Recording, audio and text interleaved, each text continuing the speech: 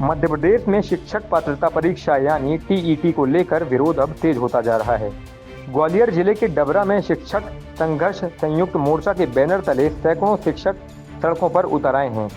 शिक्षकों ने एसडीएम कार्यालय पहुंचकर प्रदर्शन किया और मुख्यमंत्री के नाम ज्ञापन सौंपा है। उनका कहना है कि सालों की सेवा के बाद दोबारा परीक्षा देना उनके सम्मान के खिलाफ है। इस मुद्दे पर डबरा विधायक सुरेश राजे ने भी शिक्षकों का समर्थन करते हुए सरकार के फैसले को तुगलकी फरमान बताया है।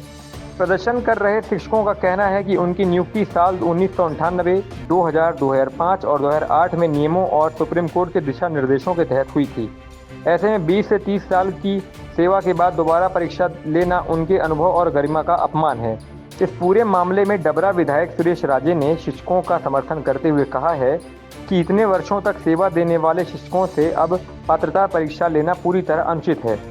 विधायक ने सरकार के फैसले को तुगलकी फरमान बताते हुए कहा कि अगर शिक्षक अपात्र थे तो उनसे इतने वर्षों तक कार्य क्यों लिया गया। ये शिक्षकों की एक बहुत ही जायज़ मांग है और मैं समझता हूँ कि पता नहीं सरकार क्यों उसको गंभीरता से नहीं ले रही। जिन शिक्षकों से लगातार 20 साल से 25 साल से 30 साल से निर्वाचन का काम ले रही है, जनगणना का काम ले रही है, हर वो काम इन शिक्षकों से लेने के बाद अब सरकार को ये सुध आई है 30-35 साल नौकरी करने के बाद कि इनकी परीक्षा ली जाए। अगर जी अपात्र थे तो सरकार अभी तक सो रही थी क्या? और मुझे नहीं लगता कि किसी भी तरह से न्यायोचित है। अगर और इससे पहले भी आखिरकार किसी न किसी नियम के तहत उनकी भर्ती की गई है ना। ऐसे तो नहीं कि शिक्षक अपने आप भर्ती होने चले गए, कहीं ना कहीं तो सरकार के उसमें रहा होगा, इसलिए उनकी मांग जायज़ है। और इस तरह के तुगलकी फरमान पर सरकार को विचार करना चाहिए। और इसी मांग को लेकर शिक्षक जन मेरे पास आए थे और हम हर संभव उनकी लड़ाई को लड़ने का काम करेंगे। शिक्षकों ने सरकार से मांग की है कि अन्य राज्यों की तर्ज पर सुप्रीम कोर्ट में पुनर्विचार याचिका दायर की जाए और जब तक कोई स्पष्ट निर्णय न आए तब तक टीईटी परीक्षा को स्थगित रखा जाए। आज का जो हमारा शिक्षकों का कार्यक्रम है, जैसा कि सभी विदित है कि हमारा जो माननीय सुप्रीम कोर्ट का जो आदेश है 25 सितंबर 2025 वाला, जिसमें हम सभी शिक्षकों पर जो आज हम 55 और 60 साल की उम्र के हैं, 50 वर्ष से ऊपर की उम्र के हैं, उन पर एक परीक्षा थोप दी गई है, टेट परीक्षा।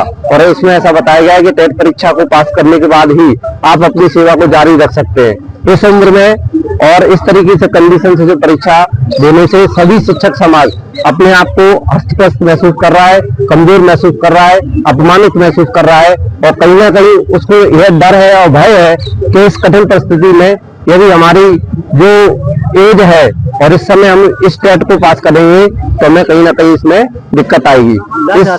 हम ये चाहते हैं कि हमारी जो भर्ती हुई थी 98 में, 2001 में, 2003 में, 2005 में या जो भी आईटी अधिनियम के पहले जो भर्तियां हुई थी वो तत्कालीन सरकारों के द्वारा बनाए गए नियमों के द्वारा हुई थी। वो सारे नियम विधानसभा से पास हुए थे और सुप्रीम कोर्ट में से भी उसकी गाइडलाइन मिली थी हम लोगों को। तो हम सारे लोग पहले से ही न्यायिक रूप से भर्ती हैं, अधिनियम के रूप से भर्ती हैं और हमको इस तरीके से सभी के साथ नहीं लेना चाहिए।